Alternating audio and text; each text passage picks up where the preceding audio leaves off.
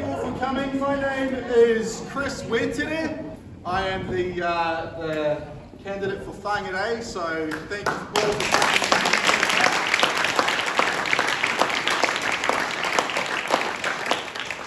It is so good to see you all here.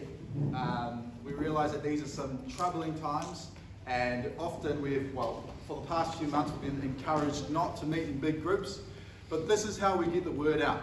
So thank you all for making the decision to stand and let your face be seen and your voice be heard tonight. So thank you very much. I suppose I should introduce myself before I introduce the man of the night. I'll give you a little bit of a rundown on who I am. So my name is Christopher Alexander Mohi Wetere. I was born just up the road in Whangarei back in 1990. So I'm a young 30 years old. And for my professional career, I have spent the majority of it working with young people. So professionally, I'm a youth worker. I've worked with programs called Te Ora Hau, if you know of them. And basically, my job was to work amongst at-risk, or what people would label at-risk young people, to help them to see their potential, to help them to see they're not at risk, they have potential. And so for me, as an individual, as somebody who loves our nation, as somebody who is passionate about who we are, I believe that it is our responsibility to not only do that for our young people, but to do that for the wider community, the wider nation. And so for me as a candidate, the reason why I'm standing is because I see the potential of our nation. I see the potential for us to be true world leaders, to help people to see that you as an individual can work together in a country that loves its own and the world. So, I mean, I want you to know, I'm standing here because I believe in democracy. I believe in freedom. I believe in everything our party stands for. Because there is no party now, apart from this party, that truly stands for that. That's my belief. Amen.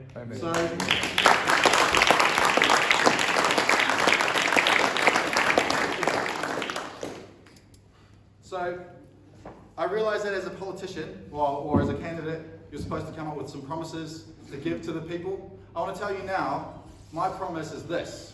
I will represent you, wherever you are in our region, Whangarei, Te Kahika, Waipu, Ruakaka, I will represent you.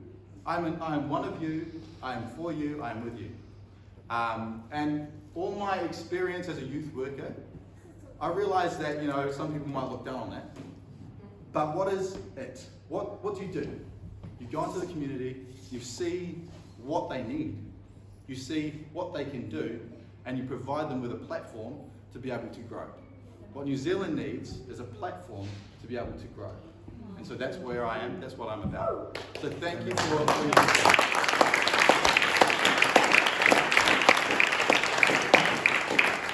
Now, it is my pleasure to introduce tonight, I believe, a friend of mine now.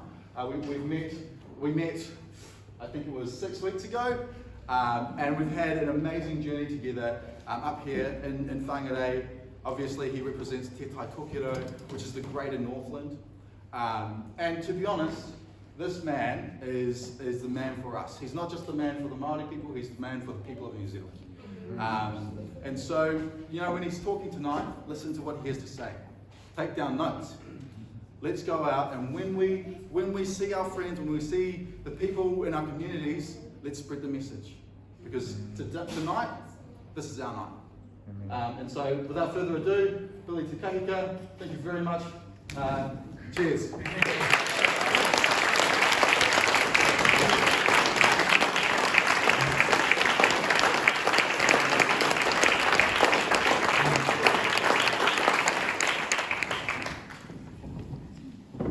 I say this every time I meet a whole bunch of people for the first time that have seen me Facebook, is how different you look in real life. But I just want to thank this young man. I'm very proud of young Chris and a couple of our younger candidates because they are, when we talk about potential, they represent the potential that we have that's inherent in our people in this country. So thank you, Chris. Thank you. Tuhia ki te rangi, tuhia ki te whenua, tuhia ki te naka o ngā tangata katoa. Ko te mea nui, ko te aroha a ihi kraiti. Ki e tau mai te manakitanga ki runga e te kingi a ihi kraiti, pai mairere ki iaia me tono whare me te kaupapa. Mea nui o tēnei pō.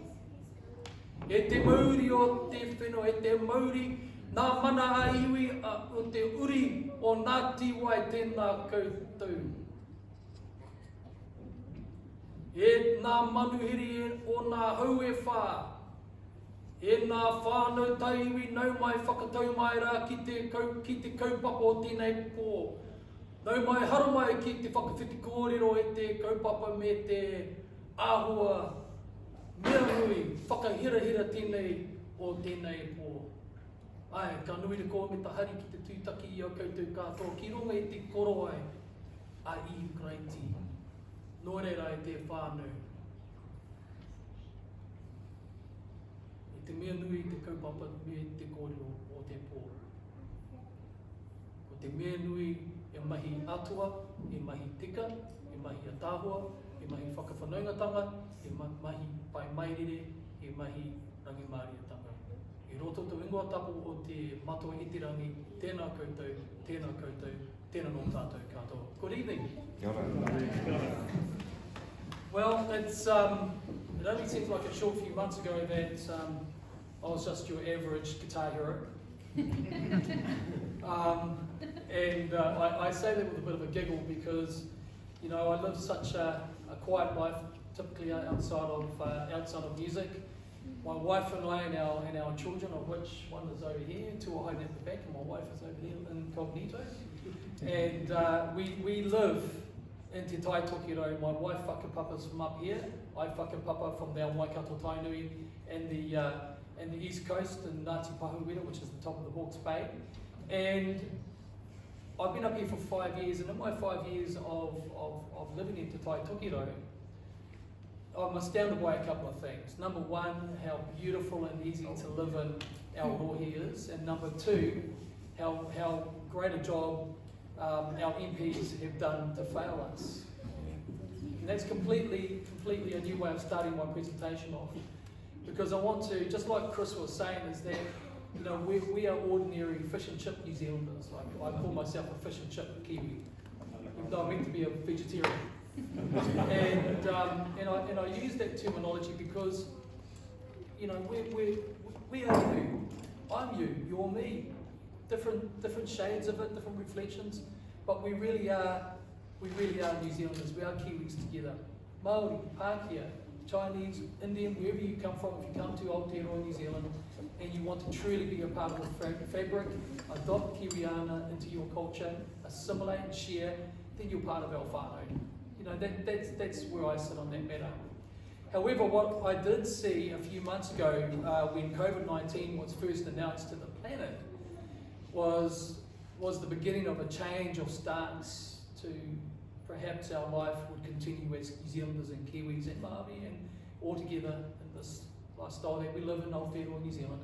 I saw the very, very real potential that this thing that we all take for granted as being a part of our life would suddenly start to be eradicated to the point that it would dissolve into nothingness. And the New Zealand that we grew up with, especially those of us who've got one or two of these grey pahus over here, that the very thing that we grew up with would be the very thing that our children's children wouldn't have the luxury to enjoy.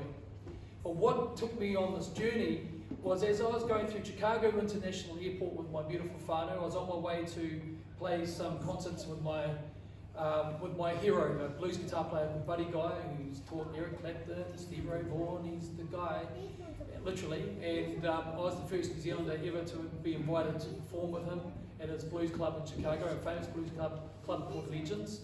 And my wife and children and I were going through customs, and hey presto, COVID-19. We got off the plane, 15.5-hour journey, and we walked into the COVID-19 planet. When we walked off though, and into immigration, only one or two people had masks on. It was pretty low level, relaxed, and it was just, hey, what's all this? Oh, COVID-19's here. No one looked worried. I thought to myself, oh, this is another one of those media responses to another pandemic. So we kept going. I did my concerts, and went well.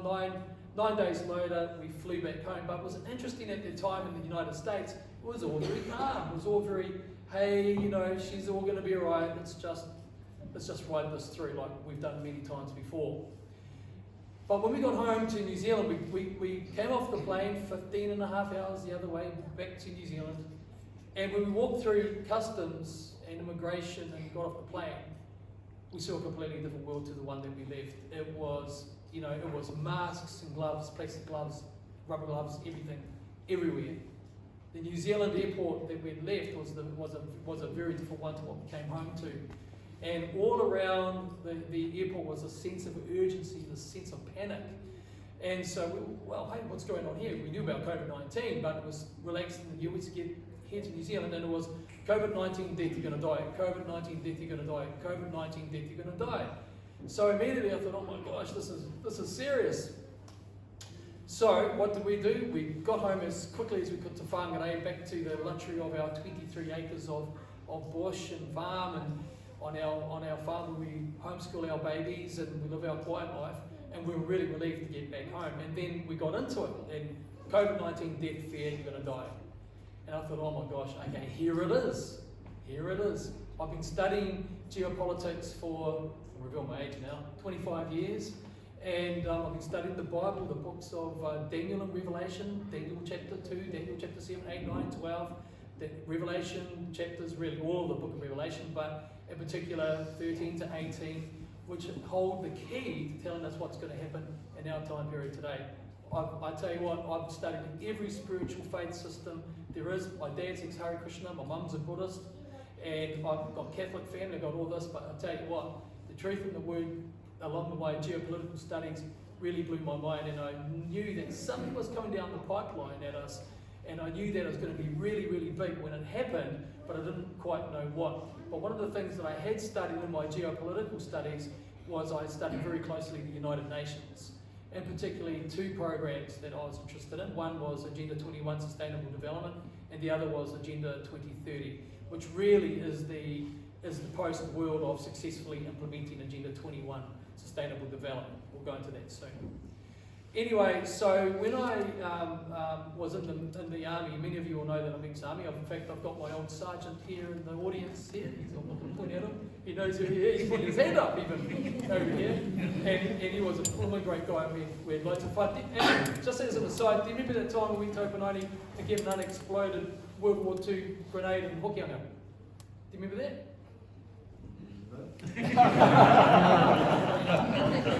Okay, all right. Well, I remember it because I'm a lot younger than you. But we did. We jumped in our Rover and our Land Rover. We drove up and we went to where was it? It was over from Moraweni, Kohukohu. He doesn't know. Yeah. And there was, and someone had an old unexploded World War II grenade there. So yeah, I remember that because we got on the way back. We got McDonald's in Whangarei. Anyway, back to the point. And good to see you.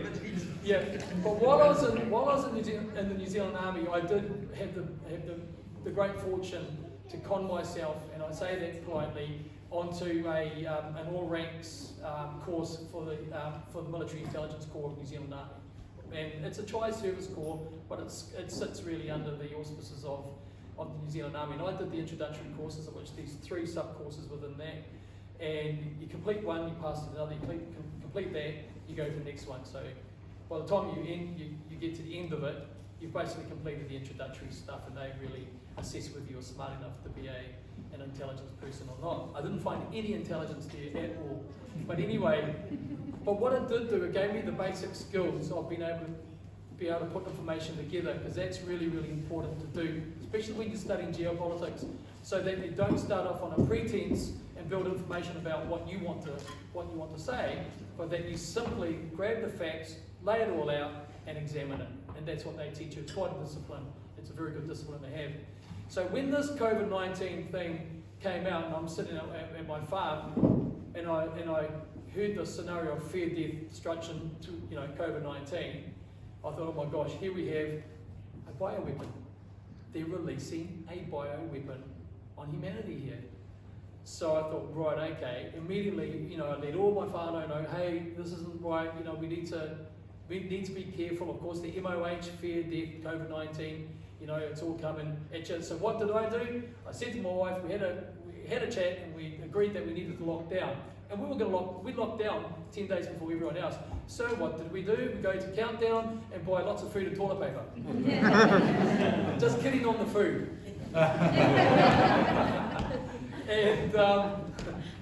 And we were lucky actually, we missed the big wave of people going in there. But going back home, we locked up, and life was beautiful. Because why? Because we live an insulated life anyway. And for me, it was more about doing some farm work, starting to run again, and having walks with mum and the kids, and just fellowshipping a lot more together, which I loved. It was beautiful. But after a couple of weeks of that, you start getting a bit stir crazy. So what I started to do, I started to examine the information that we were hearing in the media. Because the mainstream media is the gateway to all truth, don't you know? No, sorry, that's the New Zealand government. They're the only gateway to truth. But what I noticed at first glance was that there were discrepancies between the major players that were talking about this narrative. And it started to sort of concern me that if these guys are all on the same team, why are there these types of subtle and not so subtle variances and variables in their discussions when they're talking about it to each other that seem to contradict each other? So what I did, I thought, right, I'm going to be smart. I'm going to put my intelligence cap on, and I'm going to investigate this and have a look at it. So what did I do? I wanted to construct basically a map of what I call the chain of evidences and the chain of actors and players. And that's just a really simple way of mapping out who's who in the zoo, what they do, and if they did it, how did they do it, and what's involved with them doing it. So I started with Dr. Neil Ferguson from the Imperial College in London, in the UK. Who knows of Dr. Ferguson? Right, quite a few. Great. Well, Dr. Ferguson really is the boy who cried wolf. He's chicken licking who says the sky is falling. And what he had done on two previous occasions before his most recent escapade is that he panicked the entire British population by saying that there were viral epidemics that had entered into the country, and it was going to lead to hundreds of thousands of deaths. Right? He's done that twice before. Both times he was proven to be incorrect. Now this is a guy that caused, you know, the British health system to panic and the populations to panic, and everybody was bracing for this huge wave of death and tragedy and disaster that didn't come. And so both times he did that, both times it didn't come. But when COVID-19 appeared, Dr. Neil Ferguson got to work again. But what he did was, he banged in his modelling again into this computer and outspat all these projections about how deadly the virus would be. So number one, the virus is going to be between 3 and 6% of lethality per 1,000. That is so high, it's equivalent beyond the 1918 Spanish flu. This is like, you know, this really is apocalyptic style, right? This is really serious, and that throws the entire world into a frenzy. The British population completely freaked out, of course, because he's saying there's going to be hundreds of thousands, could be 1 million people, and all this. And a little while later, he stood up again and said, look, world, we need to lock down, we need to practice social distancing. If you don't, we're going to have millions of deaths, and we're probably going to have millions of deaths anyway. It's over 3% lethal. Okay, let's park old Neil Ferguson over here. Then appears Anthony Fauci, President Trump's civilian head of the United States medical response team to COVID-19. Short. Yeah, exactly. Who's heard of Tony Fauci? Who hasn't heard of Tony Fauci? Right, okay. Sounds like a Southern Italy cheese, that name, doesn't it? Fauci. Would you like some Fauci with your garlic bread? No thanks. So, but he's an interesting little gentleman. When I first saw him, I thought, okay, interesting looking gentleman. Nothing personal about the guy, just the way that he looked. Anyway, he stands up and he picks up on the theme of Neil Ferguson, and he says this is the worst thing since sliced bread. It's going to kill everybody. We need to lock down immediately across the United States, And guess what? We need to look at a vaccination program, and away he goes, right? Let's park him here, etc. Then enters Dr. Bill Gates. Oh, sorry, he's not a doctor, is he? Easy to get confused with that, isn't it? So Bill Gates turns up and he goes, oh, it's the worst thing since the Spanish flu of 1918. It's fear, death, destruction. Everyone's going to die of it unless we lock down, practice social distancing, and we all need to be vaccinated. And guess what, world, I'm going to do you a solid. My company will make sure we develop a vaccine and we will vaccinate every man, woman and child on God's earth. But he forgot to mention a couple of things. He forgot to mention a couple of serious things. But the first giveaway that I want to mention about Bill Gates, and I think we've all got a pretty good picture of who he is, but I'll spell out some obvious things. Number one is that he was cornered by a journalist about 18 months ago or so, 2 years ago almost. And this journalist, young journalist, said to him, hey, Mr. Gates, why do you invest so much money into the vaccine industry? And he said, well, that's a great question. For every $1 I invest in the vaccine industry, I get $20 back. So, you know, sometimes these guys, as clever as they think they are, they put their feet in their own mouths. And he put it out there right away. For every $1 I put in, I get $20 back. So there's a good commercial basis to why Bill Gates is in the vaccine industry. He didn't say, oh, I want to end sickness, I want to help people, I want to prevent disease, I want to prevent death. He went, I make $20 for every $1 I put in. 2,000%. Yeah, exactly, 2,000%. So that tells you right then and there where the guy's priorities lie. Anyway, but what he also didn't mention is that he had been funding the Purbright Institute in the United Kingdom to do what? Coronavirus research. Now people go, oh, you're a conspiracy theorist. Well, I tell you what, I've got the funding documents here. I've got the copy of the patents that have come out as a result of the studies around coronaviruses. But when you question the Purbright as to why they are doing coronavirus research and being funded by the Bill and Melinda Gates Foundation, they'll say it's because they want healthier cows. That's the excuse. They want healthier cows. So I'll let you, I've got a beef with that, but I'll let you think about it. Okay? So he doesn't mention any of that. Back to Tony Fauci. Tony Fauci picks up on the themology of Dr. Gates and says, yes, we've got to lock down, and yes, we've got to vaccinate everybody. As soon as we can, we've got to vaccinate everybody. But what he forgets to mention are some pretty critical things around conflict of interest. Number one, he doesn't mention that he actually sits on the executive board for the Bill and Melinda Gates Foundation. That would have been the first thing I would have said to the planet. I would have said, hey everyone, look, no conflict of interest. Any decisions around COVID-19, I step outside for, but I just want you to know, I'm a member of the Bill and Melinda Gates Foundation board. He didn't say it. He also didn't mention that he's connected into a chain of people connected to the Purbright, connected to Neil Ferguson through the Bill and Melinda Gates Foundation. He also didn't mention that at a time when President Trump had forbidden any type of funding with foreign scientists, that he had worked with a Wuhan scientist at Fort Detrick in North Carolina to do what? To work on coronaviruses and weaponizing them. Because a normal coronavirus that we have every day that we come into us, right? We deal with those all the time. But this particular version that they wanted to isolate, which is called, you know, obviously coronavirus, COVID-19, it couldn't transport into a human successfully. So what they did was, they worked on that. Now, Dr. Judy Mikovits, has anyone heard of Dr. Judy? She's a heroine. She is just awesome, right? So she's flying the lid on all of this. She's got all the evidences of it. I've got no problem with accepting that. But what I would have done when this came up, again, if I was Fauci, I would have said, hey everybody, nothing to see here, but here it is. This is what I've been involved with, but it's not connected.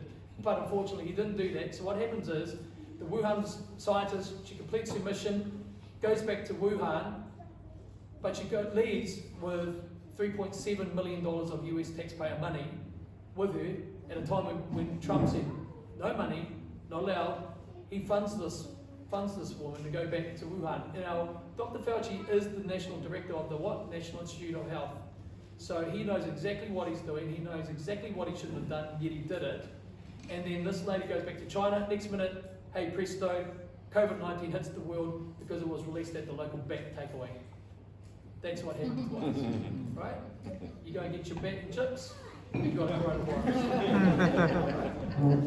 I wish it would, you know what? I wish it was funny, but the serious thing is that we know that the Chinese Communist Party, didn't respond in the right way to it. But I kind of have my doubts about whether that actually matters at the end of the day. Anyhow, so we've got all these people connected here, then enters the WHO. Now the WHO at this early time, when this is all going on, within the first few weeks, they were reluctant to claim a what? An epidemic, let alone a pandemic, right? And they were very reluctant to do that. So much so, and this was reported in the media, Dr. Gates gets on the phone to Tedros at the WHO and says, hey, by the way, let's be clear, you know that $53 million that you've got coming your way this week, or was that the same week? Yeah? Well, look, I just want to be really clear that we're talking about an epidemic here, aren't we? And they turned around and said, of course we're talking about an epidemic. It's an epidemic. You're right? And hey presto, they get their $53 million US dollar support. And that's one of the reasons why Trump took such exception to everything that was going on, because he saw a private billionaire funding these guys to create the narrative, right? That's one of the reasons why he pulled out. So WHO then apparently looks reluctant to call this thing an epidemic, but they stand up and Tedros jumps on completely the waka. Who was Tedros? Glad you asked. Tedros is not a medical doctor. He is, or was, I think he's about to be removed, if not being removed as I speak here, as the Director General of the WHO. WHO is the United Nations. Be clear on that. It's not a separate agency. It's not an NGO status agency. It is the United Nations. It is what they call a subspecialist agency within the United Nations. So this is not like a piddly little organisation that has some sort of strange relationship with the UN. It is the UN. You need to be clear on that. Now, who is Tedros? He's a communist. Why do I say that? Because he was a senior in the Eritrean People's Liberation Front, which is a communist junta. They led a revolution in Ethiopia. Thousands of people didn't agree with what they were saying, and during that outbreak of war, a lot of them caught cholera. Now, Tedros at the time was the head. Again, he's not a doctor. He was the head of health in Ethiopia, and he didn't help the people. And thousands of them got very, very sick, and hundreds of them died. Why? Because they were resisting his people's socialist agenda, and you need to keep that in mind, communist agenda. So this is Tedros, and when he got appointed to the WHO as the Director General, he was looking for a brand ambassador. Sounds good, I'm a brand ambassador, that's what I've done for years as a professional. So a brand ambassador is someone that, espouses the value system of the brand, and out there smiling, good guy, love the brand. But his brand ambassador was Robert Mugabe. Robert Mugabe he's dead now, a genocidal dictator, another communist of sorts, okay? And he killed thousands of people, white and black, not just white people, certainly not just black people. He killed anyone that disagreed with him. And Tedros wanted him to be the brand ambassador. That didn't hang around too long, that concept, because he got absolutely slammed stupid for that, so that vanished. Right, so this is a bit of chain of actors and players here, but now enters Jacinda Ardern. Prime Minister Jacinda Ardern started her political career very young, as we all know the history, or should do. And in her young part of her history, she gets a political internship with who? Helen Clark. Who was Helen Clark? I love this part. I met Helen Clark in 2016 at the United Nations Development Program headquarters in New York. And when I was there to go to an Indigenous event, and she's an interesting lady. There was no cookies and coffee after the meeting with Helen Clark. But she knew one of my uncles who was a great influence on her. His name was called Waipu. And so I got in the door with her to meet her. She's an interesting lady, and I'll just leave it at that. But Helen Clark is the globalist matriarch. She's number 3 at that time in the United Nations. And you do not become number 3 in the United Nations unless you're fully complicit to the program. And when you study who was at the core of these programs and the leadership in the United Nations, I've done all that. I've studied all the philosophies and all the spiritual stuff that they base the United Nations on, and it's scarifying. It really, really is. It's terrifying what you read in there. And you do not become in the top bunch like she did without being a part of that agenda. So anyway, she's the... Helen Clark, Pardon? I believe while Helen Clark was working for the Rural Development Fund, she increased the transparency of that fund to an enormous extent. So I take exception to what you're saying about Well, Helen don't, Clark. because you need to listen to what the rest of it that I have to say. Okay? Thank you. Thank you. But I defend your right to ask that question, because that's what we're talking about tonight. But you need to understand the backdrop. You've got to understand that someone like Helen Clark, with her socialist agenda and what she achieved when she was the Prime Minister of New Zealand, what did she do? She introduced GMO crops in our country. She introduced GMO cropping. She also strengthened the attack on our water and our soil systems through 1080. She also increased our connectability to Agenda 21 at the United Nations, and that's not democratic. And I take exception to that.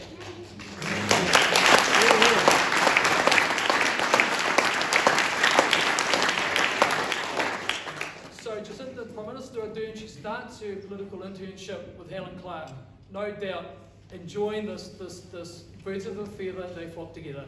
From there, she goes and does some work with Tony Blair, a very nice war criminal in Britain.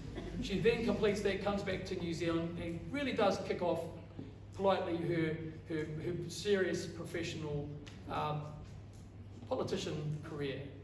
But what she does at that time, though, in 2008, she becomes elected to what? She becomes the president of the International Youth Socialist Organisation. Now, let's be very clear, because people have said to me, but Billy, the International Youth Social Organisation does so much good work. Tērā pia. That may be very true, that they may do some good things.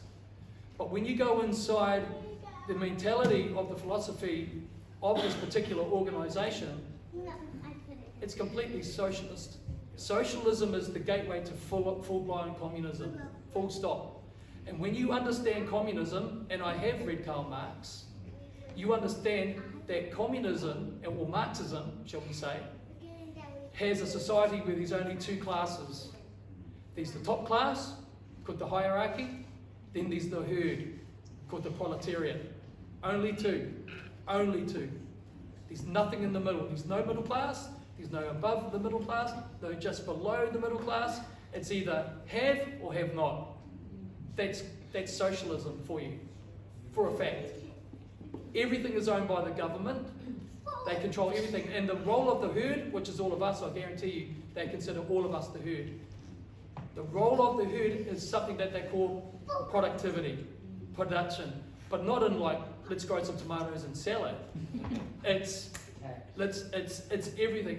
It's even more so than tax. It's everyone being blocked off into different work streams, and you work there on your universally agreed wage. That's what it is. Go ask any person that's lived in a communistic socialist society, they'll tell you the same thing. No private ownership, no private businesses, no equal rights to earning income to advance yourself. Everybody's got to sing from the same song sheet. Everybody does what is told, or you're dead. Now that might sound extreme, but the very same philosophy that is in the pinnacle core of the United Nations is this. Make no bones about it. I've read it. I've read spiritual statements. I've read spiritual statements from the UN that says if you don't go along with their brand of spirituality, you're considered unfit and you need to be sent back to the spirit world to contemplate your position. No, I'm not kidding you. This is reality here. And 120 million people in the last century were killed for not agreeing with socialism and communism. So I've got a great problem with anyone that says they want to force socialism on us. I've got a big problem with that. I've got things.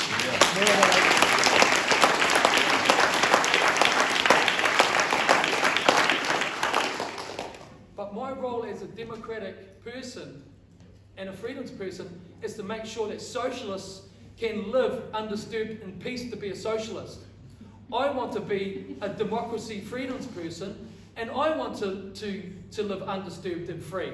But unfortunately, socialism does not provision this.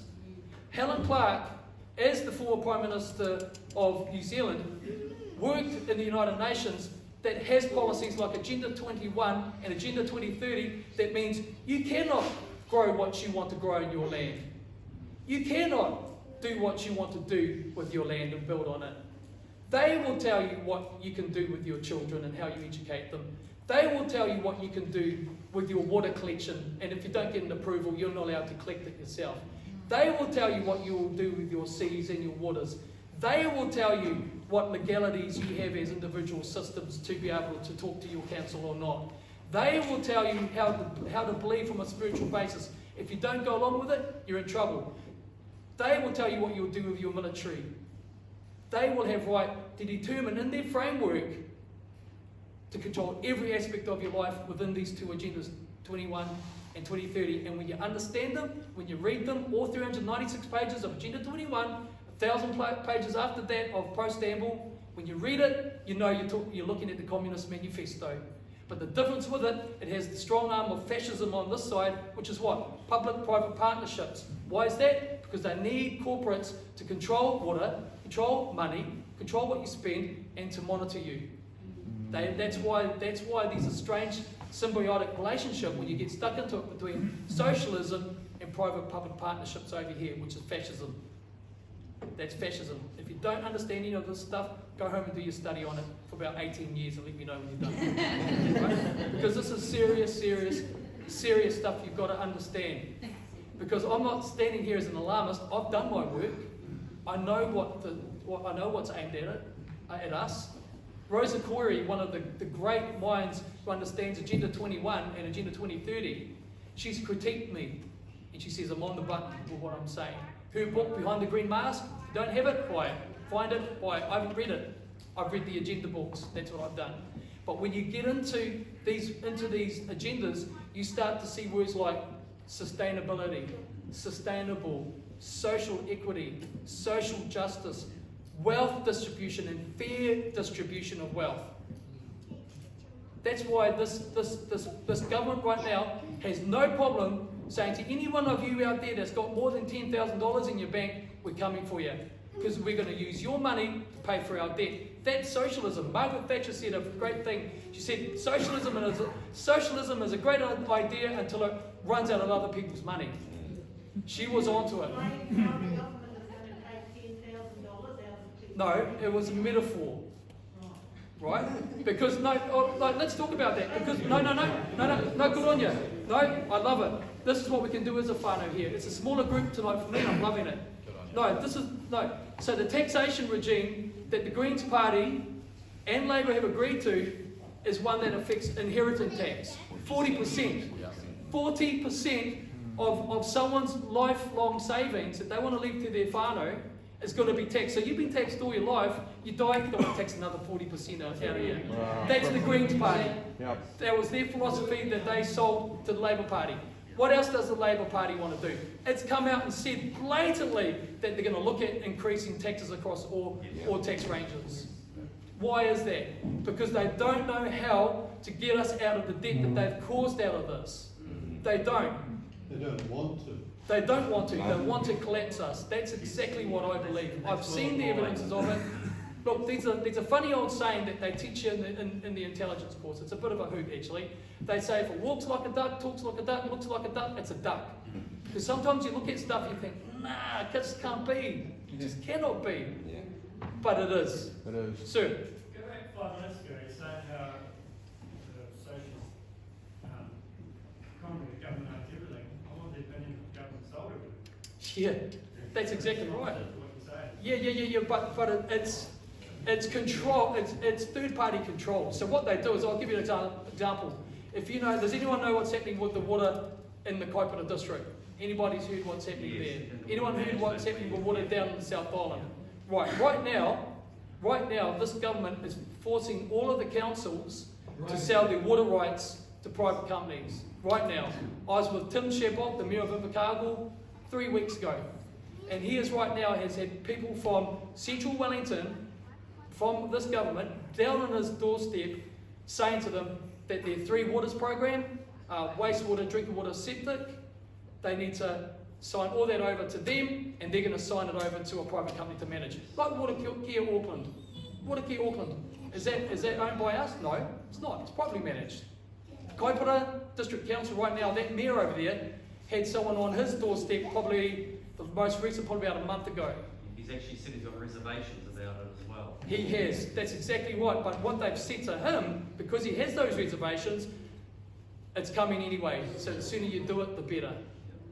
And so the question I have is, why do we want to sell our water infrastructure and rights to it to a private company? We don't want to do that. Now let me get... Pardon? It's not. It's not. It's made to sound. There are different shareholders, and you only need to own a few of those shares before you control the company. Yeah, so the government are honest, they're not lying about this. So these guys that went down to see T.M.K said, look, we don't want to deal with water, we want to hand it over to a private company that can do it better than us. That's the excuse line. So that, in its core, right there, is fascism actually, because when you get into private partnerships like that, then what happens is the interests of the private partner eventually ended up superseding that of the public. It's happened every time. The last 20 years have cocked up our water, that's why. Given, that's right. No, that's completely right. No, you're right. Everyone's right here. But the issue is, it's ours to muck up with. What we don't. I'll give you an example. In the 90s, the Bolivian government were in so much debt with the IMF. They were in so much debt to the World Bank that the World Bank and IMF said to them, "Hey, look, you've got to pay us back. This is dragging on too long." So what did they do? Those two same financial institutions brokered a deal with a private company to do what? Buy the Bolivian people's water infrastructure off them. What happened there? They twisted up the rates for water to the point where the Bolivian people could not afford to buy their own water back. What did that lead to? It led to the Bolivian water revolution. 800 people were injured, 40 people were killed, but they got their water back. That's socialism mixed in with fascism right there. Because what this government is doing right now, it's taking the power away from the locals. It's from the local institutions everywhere. Look, I don't like councils myself. I really don't. But I would rather think and believe that we've got an accountable local body that we can give a hard time to than having to deal with a no-face, no-name in central government, or even worse, in a private company. That's the issue. It's about having the choice and having the public's needs looked after without loss of freedoms. That's what this whole thing, Advancing New Zealand, is about. What we've seen with COVID-19 is the complete eradication of democracy in Parliament. When they introduced the COVID-19 Public Health Response Bill, it was introduced at what time in the morning? Does anyone know? 4 in the morning. 4 in the morning. I don't know about you, but I know Jamie Lee Ross, who's a sitting MP, he would have been snoring at the time, and he says he was. Right, so there was no one there. It didn't follow any of the standards of democracy that we would expect as a democratic society. Full stop. The Internet Censorship Bill that Tracy Martin started to introduce and talk about then was only one of 18 new bills they were trying to force into reading into the House in 17 hours. So what that tells us is that if there's a requisite process involved so that democracy is secure, and if these guys are continually not following it, it can only lead us to one conclusion. We're dealing with a hostile to democracy government. Full stop. If it looks like a duck, talks like a duck, walks like a duck, it's a duck. It's not a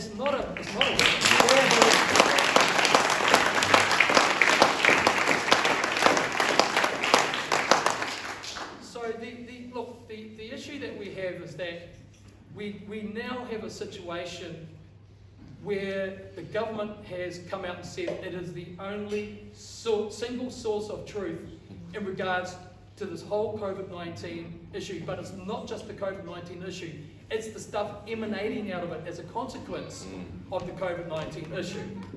And that's what's issue here, because when somebody can walk onto your land without a warrant and take you and your family away for a medical procedure or a medical examination without any recourse, and I've got issues with that, because in a normal world, people in a normal world, in the New Zealand Bill of Rights, we are guaranteed protectionism. But underneath this bill's auspices that we're talking about, under Section 4 of the New Zealand Bill of Rights, this bill runs roughshod over it. Yep. The New Zealand Bill of Rights is no longer functioning. Right there and then, that's an issue. And it's already been proven. 3 weeks ago, this government was found unlawful and illegal in its first 2 weeks of operation during Lockdown 1 when it arrested people. I can assure you, as someone that has arrested people, that it is one of the most distressing times for people that are innocent and never been in trouble before. They did it for 2 weeks. They were arresting fathers and their children at parks. They were arresting mothers at the beach. You name it. Come on. That's not New Zealand, and that's not even sensible. But let's stay on course with the presentation, because what's happened is now we've got this government now operating under a system right now in this next level of lockdown that we're sitting into now. Well, what does that really mean to us? What's the issue here? Well, the issue is this, is that they're now saying that that they're going to stick with the information that they've got. That Neil Ferguson said, Tony Fauci said, WHO said at the beginning, they all said it was lethal, this disease. 3 to 5%, 6% lethality. All of them are now saying 0.3 at the low end to 1% on the high end, at the very high end of lethality. That puts it in exactly the same range of lethality as the winter flu. Now, I'm someone that's had a collapsed lung, pneumonia and pleurisy all at once. If there was someone that's going to be dead scared of this disease, it would be me. I don't have any issue with it. Why? Because I'm healthy, my immune system is strong, I eat well, I exercise, and I'm under 50 just. 48, right? And if we're saying that this is a science-based argument that this government has, then look at the science, government. And they're refusing. WHO came out week before last saying lockdowns don't work. Same day, Helen Clark says they do work. Right. Bloomfield, Dr. Ashley Bloomfield stands up. Ex-WHO, 2010 to 2011, ex-WHO board member of the Infectious Diseases Department. He says it's still lethal. WHO and CDC says it's between 0.4 and 5% to 1% lethal. Other experts like John Leonidas from Stanford University, a professor, globally recognised individual, says no, it's more like 3.4%. Lower than a normal flu. Our own team here in New Zealand, the Plan B COVID-19 team, under Professor Simon Thornley, from where? Auckland University, and a plethora of his associates, all say it's 3.8% to 1%. But they only put the 1% in there to be polite, because they don't believe that's anywhere past 5% at all at its worst. Billy, I saw an Instagram video sent to me from America yesterday. Yep. Was an announcement by the CDC that they no longer can call it a pandemic. Yeah. Right. That's Okay. not been verified by any of the false media outlets at all. Yeah, right. So what we do, just so you know, we've got teams of people in my team, and all we do is wait for the next announcements from CDC and WHO and other authorities on the issue. We live and breathe this stuff. We check it, we look for it as soon as it comes up. But what's not happening, the government's not modifying its behaviour. It's not modifying its strategies. Lockdowns do not work, WHO said loud and clearly. WHO said also that if we come into contact with someone with COVID-19 and we are asymptomatic, sorry, I'm thinking ascension. So, symptomatic, I'm human after all. And if you're symptomatic, no need for testing. Yeah. We've had organisations come up and say, look, there are real issues with the PCR test. Qualified people saying there are real problems with it. The designer and inventor of the PCR test, who's dead now, he said it was never meant to be a diagnostic tool, and they're using it for exactly that. So what's happening is, all of these institutions that our government has said that they were relying on during lockdown 1 are now contradicting our government. They've updated, our government hasn't. Why? Got the power. Why? Crash the system. Why? And you know what? And it's not conspiracy theory to ask the questions why. And what you get is, you get socialist, left-leaning media that will try and belittle you and me for asking why. For saying, asking of this government, why are you causing people to commit suicide in lockdown? Why are you sending people to death on their own without their loved ones with them? Why are you putting people into detention centres when they come through the border, when they test negative when they get there, and you keep them there? Why are you getting us into debt? Why are you unaccountable? Why is that conspiracy thinking? No, that's critical thinking. And when we grew up,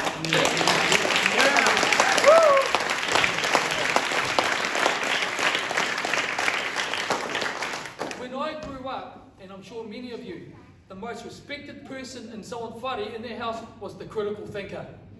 It was the person that you'd go and ask for advice for your homework. It was the person that you go and ask advice for life matters. But now, they've done such a good job in the mainstream media, and the complicit media that are tied to it, that we're all conspiracy nutbags. No debates, not allowed to talk about it, sorry. And I tell you what, an independent columnist wrote in the Gisborne Herald and said that anyone that thinks like advanced New Zealand and has the same concerns as us, we're uneducated.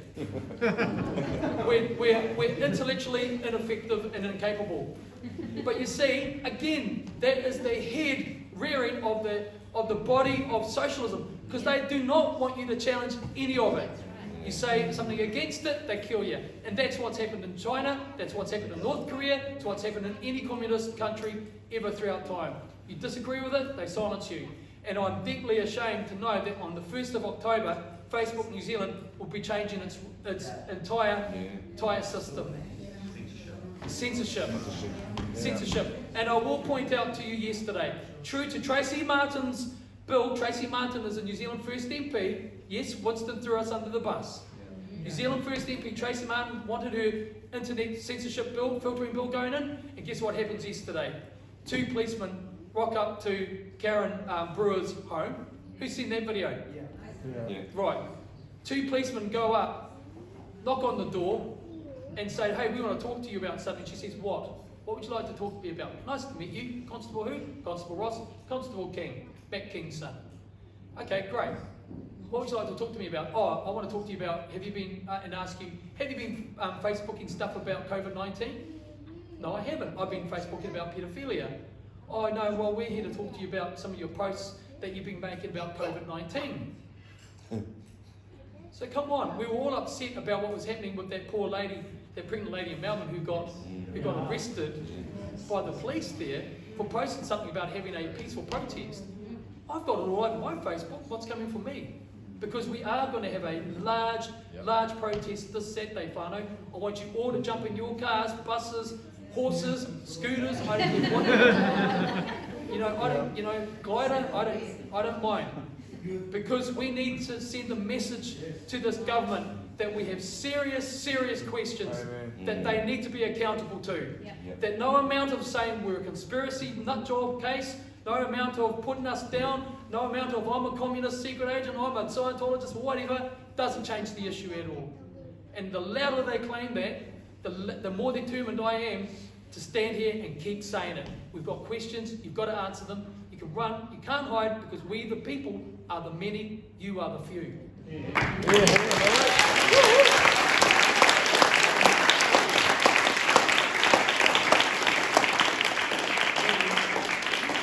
So what does Advanced New Zealand stand for? And I've got it here. Normally you would have that on screen, but we got here and we had the screen but no projector. So number 1, democracy. Advanced New Zealand is about democracy. It's about defending people's rights to disagree peacefully with each other, to have any type of view as long as it doesn't hurt another soul. That's what we stand for. Number 1, democracy. And to understand what democracy is, you have to understand it. Democracy is the outcome of freedoms. If you don't have freedoms, you don't have democracy. If you don't have democracy, you don't have freedoms. And this government is no longer democratic. Make sure you understand that. Next pillar, government integrity and accountability. No one government, in my view, since the days of Norman Kirk, has been accountable and honest. I think the closest we came to it was David Lange. But not, and I was only a teenager when David Lange was in power. I went to school with his son Roy, a great kid. Couldn't play guitar, but a great kid. Because we're in the same band with each other. We're only teenagers. But the last time that we had someone that seemed to be a people's man, it was David Longy. After that, I've got queries about John Key, I've got queries about Helen Clark clearly, all of them. But we've got to deal with what we've got with today, and right now, we've got a government, and I'm quoting Grant Robertson, the Minister of Finance, who said just the other day, we do not need to announce policies. Why? Because we are our policy. So sorry, Grant Robertson, but where's your plan to get us out of debt? Where's your plan to help homeless people in Northland have homes? Where's your plan to restore relationships and trading relationships with our former partners? Where's your plan to rid Chinese Communist Party influence in our country? Where's your plan to protect our land? Where's your plan to bring back democracy? But what they think is, they're just so popular because they say to be kind. So they don't have to be accountable. But sorry, because we demand democracy, we demand integrity and accountability in the government.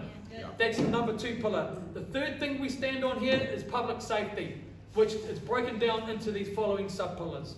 Number 1, business and economic and fiscal expertise. Because why aren't these people tuning up with economic solutions? Because they don't know what they're doing. I met the Māori caucus of the Labour Party about a year before the elections. I went down there, I did a presentation to them all, the Māori caucus of the Labour Party. And at the end of it, I walked out and thought, I'm so glad these guys aren't in government. You know why? Because I had no confidence that any of them knew what they were doing. Any of them. A year later, they're in government.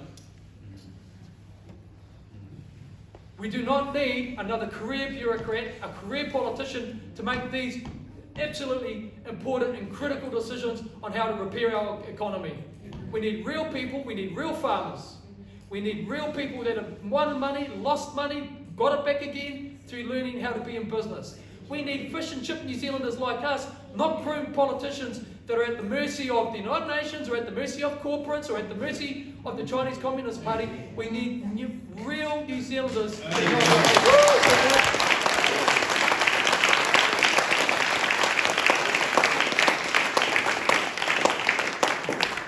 Environmental sovereignty. We need to get rid of 1080 last week. It's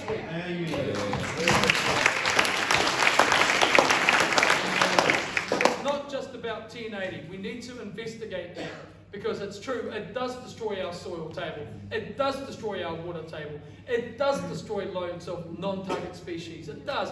I've even developed a heart for the possum now. Actually, I had a possum advocate get in touch with me. So now I've got to deal with that because I want to try and protect the portion. Sell the possums to the Asians. Yeah, that's it.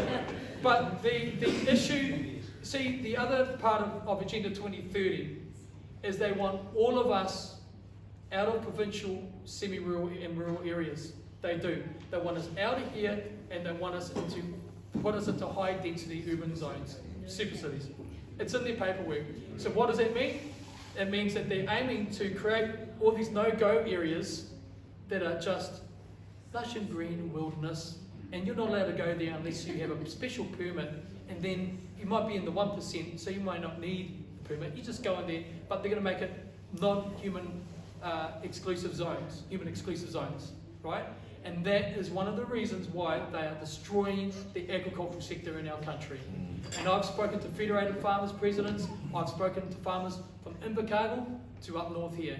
And every one of them know that over the last couple of governments, they've been systematically deconstructed. It's gotten harder and harder and harder to be a farmer and to obey their laws. Not one farmer have I met has had a problem with wanting to be environmental. In fact, I'll go the other way. I would say that farmers are OTT environmentalists because their livings are intrinsically tied to them. But what happens is through Agenda 21, through council, they've got to keep updating their effluent systems. They've got to keep doing this, keep doing that, and they keep shifting the goalpost once they put a $300,000 effluent system into their dairy system.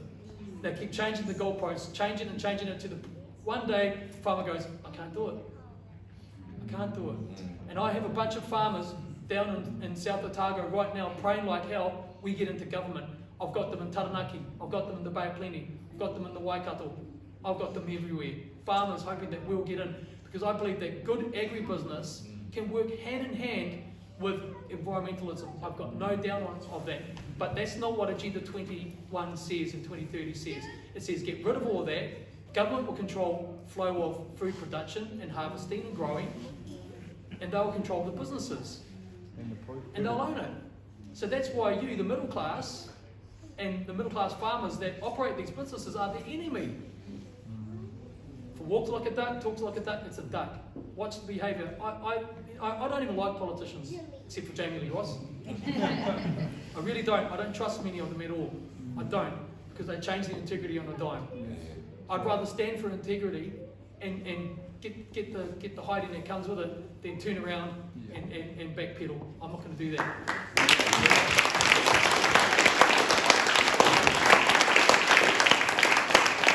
But environmental sovereignty means that we need to protect our right to grow in our soils, so that we can grow nutritious food.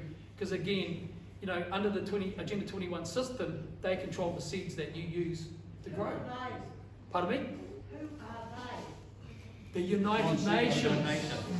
Yeah, United Nations. No, it's a fair question. No, the United Nations. And have you ever read Agenda 21 and 2030? No, You need to. Please do. Please. Oh,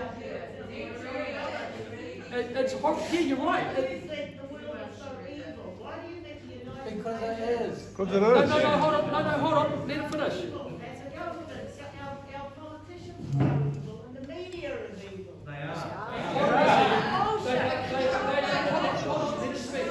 Evilness in the world is ignorance, and if you cannot have democracy without truth. And this man is spouting a whole lot of BS. Do you really want to know who's just come here to troll this meeting? Excuse me. I met Billy the other week at a process up front. I just had the other chance. Everything Billy has said, I've read virtually exactly the same things, and I'm just a nobody. Everything. No. How's this? In the March last week down in Auckland, the Herald, they changed the title. Or they had Billy Te Kahika, they had him written in there. 3 hours later, they removed his name. They're censoring the papers. Everything. What about Judith Collins' husband? He was given racist comments, right? It was coming from the left. They changed the title. I read it, and it said that they made racist comments to her husband. 3 hours later, they removed that racist word because it was coming from the left. They're censoring it. I watch it. That's what I study. My wife and I study 100 hours a week plus, reading everything. And everything Billy has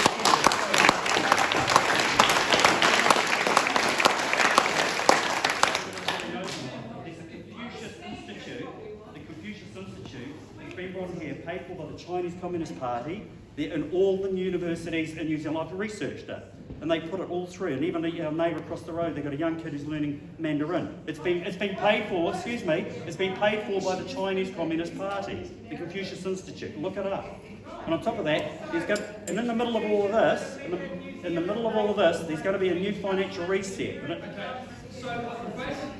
Sorry, Billy. I understand the good lady's question, and it's a good one because but until you've read the document, it does sound like a bad dream. It does sound like it sounds implausible. I honestly I honestly understand and respect where you're coming from. I really, really do. Because if I hadn't read it and understood it and had it explained to me in detail, I would never believe it. I wouldn't believe it. If you read it, we understand that. Yeah, we understand that. Nothing's perfect in this world. Nothing's perfect, but we're not dealing. We're not this meeting. No, hold on. Sorry. We're not after perfection here. We're after choice and freedom. Yeah. That's what we're after. We're not. It's an imperfect. Well, hold on. You've had your say. Sorry, it is right now. It is right now. They are doing it right now. Sorry, you're wrong. Sorry, you're wrong. Hold on, guys. Hold on, guys. There are a group of farmers on the west coast of the South Island right now that have had their wetlands hectarage taken off their land. These people, the government, local government people have gone straight onto their land and looked at their wetlands and said, see that from there to there? Gone. And guess what? You're going to have, your cattle is no longer allowed in that, and you have to put a big fence up at your expense, and by the way, don't let us catch you with a cow on your land over here. That's a fact.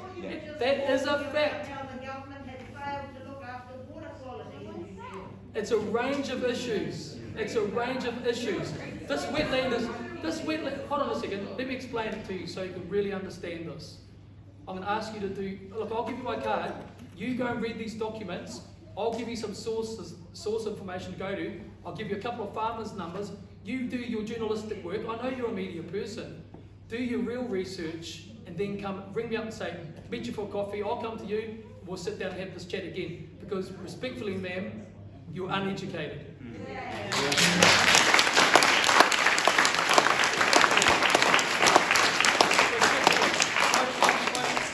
I mean that respectfully, and I don't want you to leave. I want you to have a cup of tea if you with me after this, because it's only, you see, this is how the government works. This is how the government works. You've had your speak. You've had your time. This is how the government works. It's division through lack of transparency on their part. Because if they were honest, they would be saying, guess what, guys? We've stuffed up. It's no longer 3 to 6% lethality. It's actually the CDC thank goodness the CDC have said it's 0.5%. We can go back to normal. Let's just be careful. Let's sneeze into our arms. Let's wash our hands and keep safe. That's what Professor John Leonidas said. He said if we do that, we'll be safe. And it is about being safe because we lose between 500 and 1,000 New Zealanders a year to the common flu. A year. We've had 23 deaths, and it's cost us $240 billion, man. No, but this is the thing. But the CDC have... Hold it, guys. We're going off track here. I'm going to just give 30 more seconds to this. And it's this. Do your research. Please do your research. What we're standing up for is for you too. We want to defend you and everyone. This is not about Billy being right. It's not about anyone here being right. This is about having a government that's accountable, because they're destroying our country right now. They're doing it through covert means, they're doing it secretively, and no one's speaking up about it. We're watching our country be eradicated. And furthermore, talking about the Bill and Melinda Gates Foundation and these programs, is that Prime Minister Ardern last August stood on a stage in New York at the Goalkeepers event, which is presented and funded by Bill and Melinda Gates again, where she said that she would lead New Zealand into full and complete implementation of Agenda 2030. And once fully implemented, our lives that we have now are gone. And I tell you what, she forgot one super important thing. She didn't ask any of us. That's right.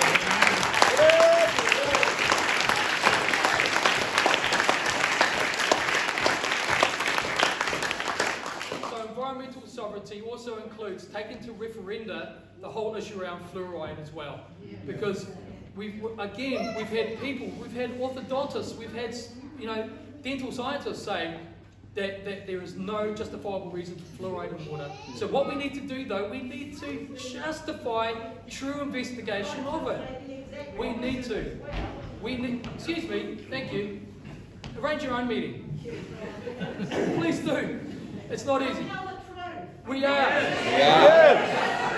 So again. You're the only one. You need to listen. It's alright. Alright. So, but what we want to do though, this is all about asking the questions. We want to set up an independent commission by the people that is set up to investigate these things. Prove it. If it's right, it'll come out right, and then we will comply. That is fair, that is reasonable, that's critical thinking applied, it's right to do. And just because people now don't like the idea of disturbing the narrative, doesn't change it at all. It doesn't change. You saying I'm lying doesn't change the fact that there are major questions around fluoride. Doesn't change the fact that there are major questions as to why this government is destroying our economy because they're saying it's still 3 to 6% lethal. These are the important questions, and free-thinking New Zealanders, critical thinking New Zealanders have to ask.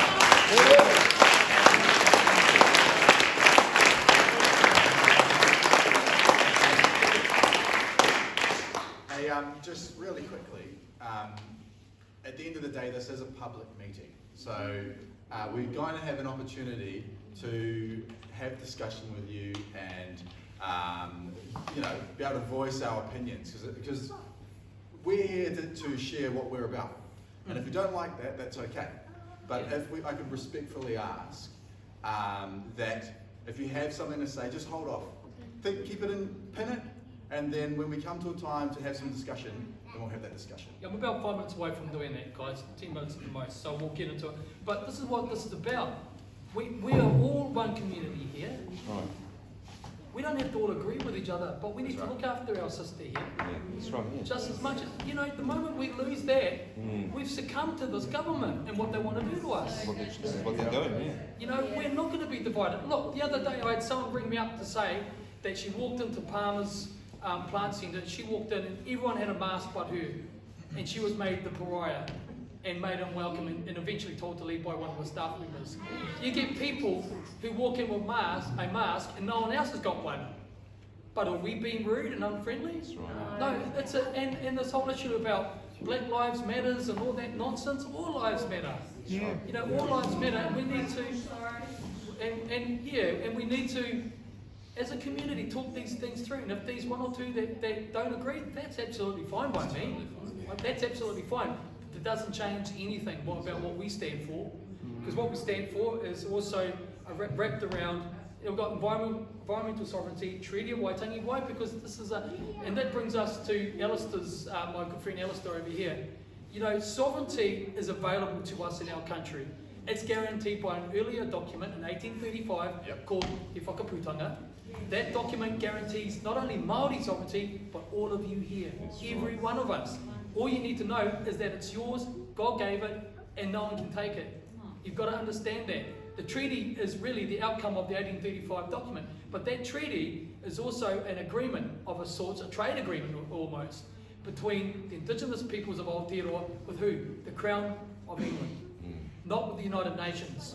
And so what that does, and that's why they want to republicanise us as soon as possible without the treaty. And that's why all of us, Pākehā, Māori, Chinese, Martian, whatever, we can all come under the treaty and be protected by it, because it is a founding document. He Whakaputanga is as well. And these things guarantee us protectionisms. But you will never hear people talk like that. People have politicised the treaty forever. Māori have politicised it to get gains for a certain number of people. I'll say that up front. I know who's who in the zoo, who's made lots of money out of treaty claims, hasn't been the poor person down the bottom. That's right. I'll tell you that right now. Same on the Pākehā side. Pākehā have wanted to exploit the treaty. Why? Because they've got these people over here to do what they want over here. So I've seen it all. My dad's Māori, my mum's Pākehā. When I grew up, I had, when I talked about Māori issues to my Pākehā whānau, I talked about that merry crap. Talked about things to my Māori whānau about the Pākehās. So I grew up with I believe a very rounded, centric view on the issues on both sides. So treaty is there, referenda process whānau, that we want to bring in direct democracy, so that all of us have a say in the big issues, not the what colour curtains shall we have in the office at the Beehive, but the real stuff that really matters. Additional to that, monetary reform. Yes, we do live in a corrupt society in terms of the financial system that we live in. Fractional reserve banking is criminal. It's criminal. It's forbidden in the Sharia countries. Forbidden. If this was a Christian, tutu Christian world, it would be forbidden here, but it's not. So we want to bring in monetary reform, immigration reform, because it's an unfair system. Doesn't protect our country, but it doesn't well treat genuine migrants to our country, and we need to fix that up. We do. It's not right. We need sensible laws. I want to see real, true law brought in to punish those that hurt people. I don't want to see smacks on the hand. I want to see real stuff, but I also want to see the option of real rehabilitation. I would also like to explore, and this is a side note because it's not in my presentation, I would like to explore whether traditional Māori justice could be applied to Māori offenders. Why? Because it's the harshest thing. When you study it, it's frightening, right? It's frightening. It's not pretty. It's frightening, okay? And that might be a deterrent to people. But the other one, which is really near to my heart as well as public health and sovereignty. Because what we need to recognise in our system, in the global medical system, and there's many, many people awake to it now, is that we need to understand that true human health doesn't exist just at the end of a needle, at the end of a swallowing a pill. There are many wonderful natural treatments that we can use that we know that have worked for millennia. God gave us these things.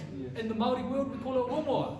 Rongoa, what is that? That's using our plants and our herbs and our food in the forest to feed us, to heal us, to build up our immune systems. But under the Codex Alimentarius, who's heard about that? Oh, well, okay, you guys are freaking. So what is Codex Alimentarius? It is a partner program of again, a multinational committee of people from all around the world that regulate what? GMO labelling, and the natural health sector. And what they've done is they have set it up so that anywhere in Europe, especially the UK, you go get your vitamins, they are so low in potency now, by their regulations, they're placebo. So what does that do? Forces us all back to the synthetic. So what we want to do, once we're in government, is have I'm not talking about the cookie methods, okay? I'm talking about real proven, natural, medical treatments that work, that can be recognised in fact, in the same tier, if not slightly higher, than the go-to. Because true health is about sun, it's about eating right, it's about water, good water, it's not fluoridated, we're fluoridated, it's a whole holistic thing. But pharmaceutical, corporate, medical practice doesn't facilitate that. So what we want to do is have both there, so people have a choice. Religious freedom, that's really important. I am a Christian. I believe in my heart that when Jesus said that He is the way, the truth, and the life, and He's the only way to heaven, I believe Him. I've seen everything else, I believe Him. But you know what? I'll defend a Buddhist, a Hare Krishna, a Muslim, someone who wants to believe that Mickey Mouse, I'll defend their rights all day long and take a bullet to protect someone to have those rights, and that's true religious freedom. The last part here, guys, the offence. So, being an ex-army man myself, and there's two of us here that I know of, we need to make sure that our men and women in the services, armed forces, have the best equipment to work with, are trained in the right ways, and invested into the right ratio that reflects the threat that we might be dealing with. At the moment, this government's trying to invest up here, yet I believe the threat level tactically is down here. So we need to bring that back to about here, get our people trained, because we know that we've got tactical, strong relationships to help us if we get into trouble, and we can invest right up if we need it. But when you're in $240 billion worth of debt, we need to be frugal. International relationships and trade. Now, I'm really, really super interested in these because, I'd like to get in there and have a good look and turn around and in a 3 years' time and say, guys, jeepers, I was wrong about the United Nations. It's the best thing since sliced bread. Yes, the TPPA is great. Yes, I would really, really value the opportunity to be proven wrong. I will be the first one to happily go home to my farm and say, this is all a mistake, it was all wrong. I will be the first to admit it. You've heard it from me tonight, that's my pledge to you. But unfortunately, I have done my work, I have done my study, and I've got some severe and serious concerns around some of the agreements. So what my role will be again, to investigate what has been going on, not just this government. I want to find out the Key government, the Clark government, the Bolger government. I want to go right back, took for about at least 6-7 governments. And to do that, whānau, we need what I call the Independent People's Commission.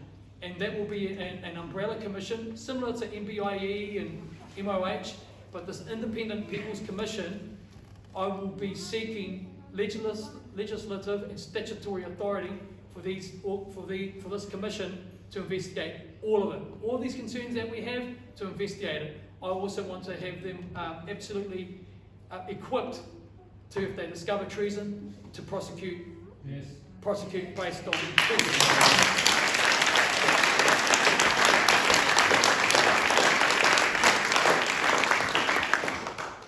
Get a People's Commission like that, and that says that it can prosecute and charge retrospectively, you watch the amount of people that are suddenly ask for United States permanent resident applications.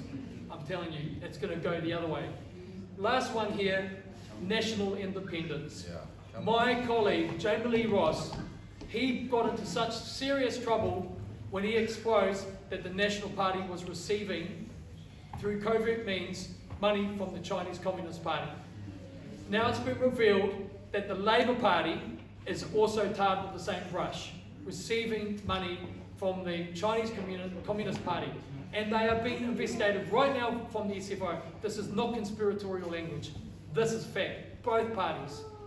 So what we want to do, and Jamie Lee Ross announced it at the Logan Camping Centre as well, he said we are going to eradicate Chinese Communist Party influence in New Zealand. And I tell you something, the amount of Chinese people that we hear from in Howick and all that, that have said to us they are so deeply scared of the Chinese Communist Party influence in our country. They see it everywhere, they see the fingerprints everywhere of it, and they get in touch with me. It's right on the doorstep of Jamie Lee's constituency, his electorate. So he gets all these Chinese community people going to see him saying, please get into government, protect us from the Chinese Communist Party. So our national independence has to be proven again. But we need to make sure that all agreements, all of them are looked at again and evaluated whether they serve us. If they don't serve us, goodbye agreement. That we have to do that. The reason why I put democracy up the top and national independence at the bottom, it's because of symbiotic relationship. If you want democracy, you have to have your national independence. If you want your national independence, you must have democracy as the number one pillar in government. If you don't have these, family, we will be lost forever in a what-if merry-go-round. And that's the whole point. I'd love not to be standing here tonight talking about this. I would love to be doing a concert for you, playing guitar and having a laugh. But it's not that. This is not that. We are living in the most serious time in New Zealand. I've spoken to soldiers that have served in combat. They are worried about what they're seeing today. Our men and our women that shed their blood and gave their lives on the field of battle overseas to protect freedom, to protect rights, to protect democracy, right now, it's been spat on by this government.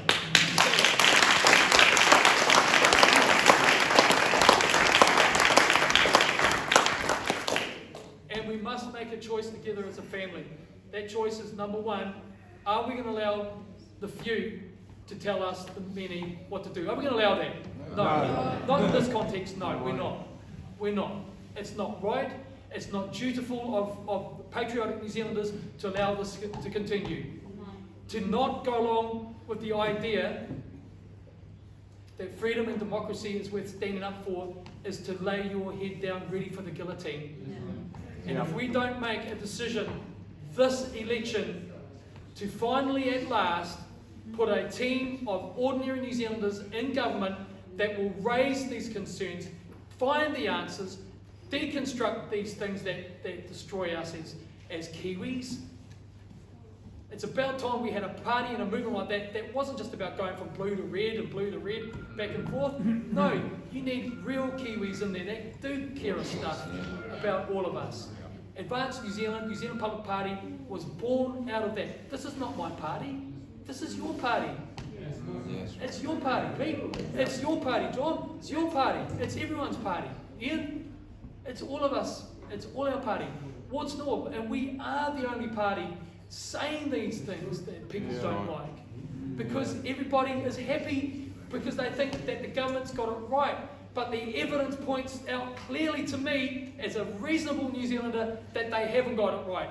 That we do indeed have a Prime Minister that is hostile to our rights and freedoms. And indeed, the coalition government, indeed, Winston Peters, as the leader of New Zealand First, is questionable. Indeed, Mike Shaw, as co-leader of the Greens Party that signed off these initiatives, he should be held accountable. And the way to do that, whānau, is to get them out in this election. Get them out. And all the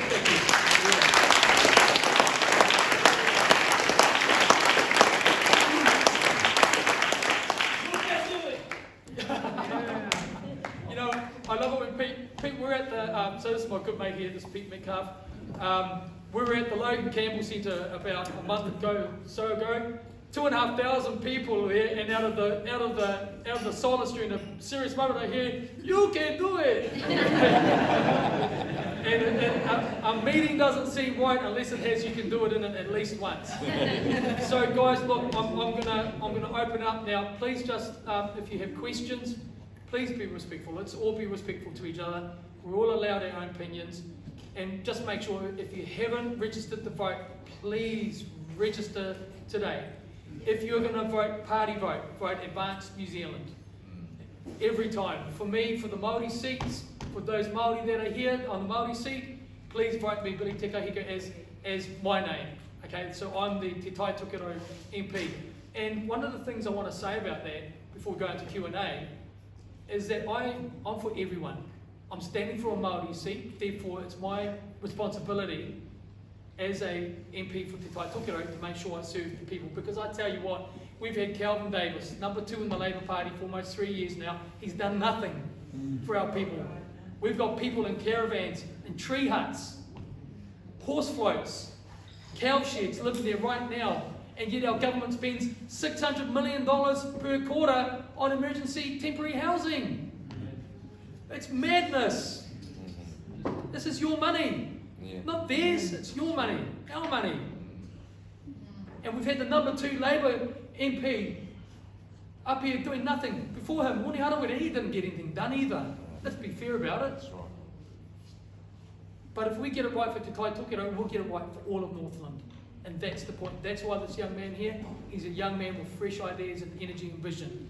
And he can do whangarei. Our other candidate for Northland, he's a businessman. His name is Nathan Mitchell.